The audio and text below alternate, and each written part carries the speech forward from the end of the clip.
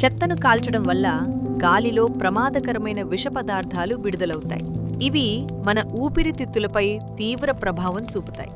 Plastic, rubber మరియు ఇతర మిశ్రమ చెత్తను కాల్చడం ద్వారా వచ్చే పొగ అంత సులభంగా మాయమైపోదు. అది మనం ప్రతిరోజూ పీల్చే గాలిలో కలుస్తుంది. బహిరంగ ప్రదేశాల్లో చెత్తను కాల్చడం వల్ల కార్బన్ మోనాక్సైడ్, డయాక్సిన్లు మరియు సన్నని ధూళి కణాలతో కూడిన విష వాయువులు వెలువడతాయి. ఈ కాలుష్య కారకాలు దగ్గు, ఆస్తమా మరియు కంటి మంట వంటి ఆరోగ్య సమస్యలకు దారితీస్తాయి.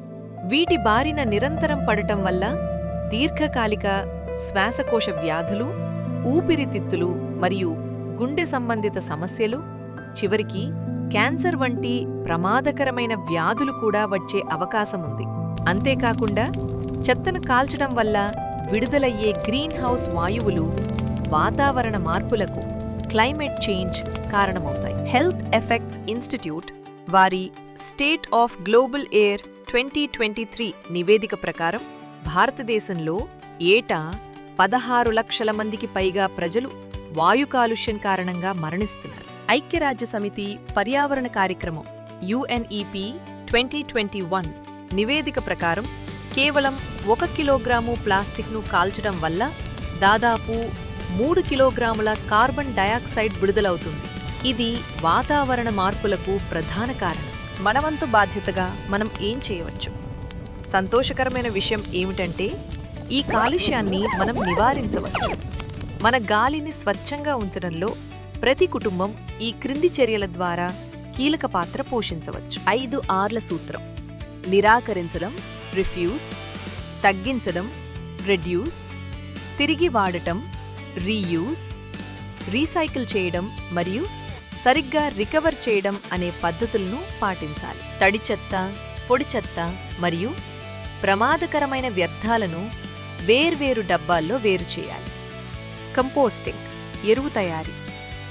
వంటింటి వ్యర్థాలు మరియు ఆహార వ్యర్థాలను కంపోస్ట్ చేయడం వల్ల మీథేన్ విడుదలను తగ్గించవచ్చు మరియు సేంద్రియ వ్యర్థాలు డంపింగ్ యార్డులకు వెళ్లకుండా ఆపవచ్చు. సహజ పదార్థాలను మాత్రమే కాల్చడం. ఎండు పుల్లలు లేదా కలప వంటి సహజ పదార్థాలను కేవలం బయోచార్ తయారీకి మాత్రమే కాల్చాలి. ఈ బయోచార్ను మట్టి సారాన్ని పెంచటానికి తిరిగి ఉపయోగించవచ్చు. హానికరమైన వాటిని కాల్చవద్దు.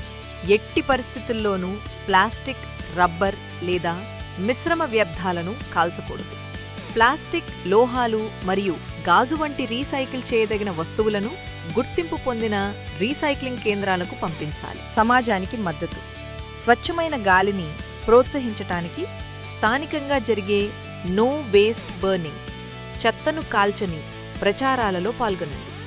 ఈ చర్యలను పాటించటం ద్వారా మనమందరం ఆరోగ్యకరమైన పర్యావరణానికి దోహదపడవచ్చు. కేంద్ర కాలుష్య నియంత్రణ మండలి CPCB 2020 ఘన వ్యర్థాల నిర్వహణ నివేదిక ప్రకారం ప్రతి కుటుంబం చెత్తను సరిగ్గా వేరు చేస్తే 70% కంటే ఎక్కువ చెత్తను కాల్చటాన్ని నివారించవచ్చు. నీతి ఆయోగ్ మరియు centre for science and environment CSE 2022 పరిశోధనల ప్రకారం సరైన విభజన మరియు కాంపోస్టింగ్ ద్వారా డంపింగ్ యార్డులకు వెళ్లే చెత్తను 60% నుండి 70% వరకు తగ్గించవచ్చు. దీనివల్ల విషపూరిత మంటలను నివారించడం, గాలి నాణ్యతను పెంచడం మరియు హానికరమైన వాయువులను తగ్గించడం సాధ్యమవుతుంది. స్వచ్ఛమైన గాలి మన ప్రాథమిక హక్కు.